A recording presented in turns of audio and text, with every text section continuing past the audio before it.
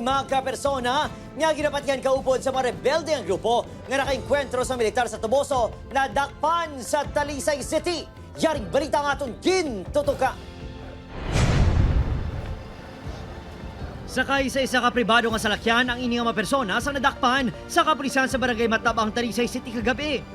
Ginkumpirma sa Police Regional Office NIR nga mainilunsay kaupdanan sa mga rebelde nga involvado sa enkwentro sa Toboso.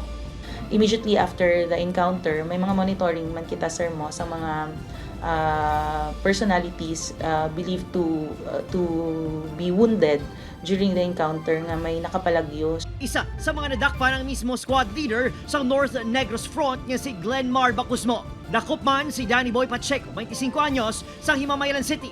Judy Manayon Karamihan, 34 anyos sa San Carlos City. Julian Balora, 26 anyos sa Murcia, kag Jerome Ceballos, 57 anyos sa Bacolod City nga amo ang nagamaneho sa auto.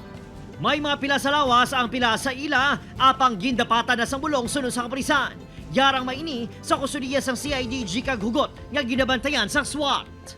It's just an ordinary work that we have done to protect the communities of all the violence perpetrated by the NPA. So, trabaho lang namin ito. Wala naman personal yan. Again, we hope that we will be choosing peace rather than violence here in Negros. Samtang nakilala na ang siyam sa 19 kanapatay sa enkwentro. Lakip diri nagaserbe nga writer at anay editor-in-chief sang school publications sa University of St. Lasal kag 7th nominee sang Kabataan Party List sang tinalikdan ni eleksyon nga si RJ Ledesma, 30 anyos, sang barangay Villamonte, Bacolod City. Daw kagulpi gid balas ang sitwasyon, no? Daw hindi kami magpati sa daw active lang gid siya sa iyabi nga school kay sa tutuod lang wala kami gapati.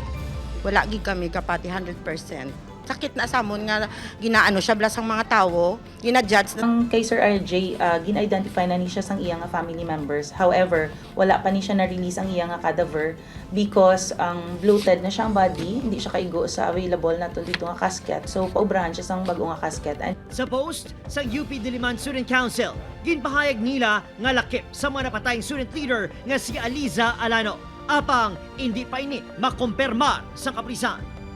Wala pa kita, sir, sang information naman kay Alano. Actually kami, pag-post nila, gin-pa-verify namon kung ara gid man, but we're waiting for the confirmation man from our investigators. Opo, Kiril Casillo, Adrian Pretos, 1 Western Visayas.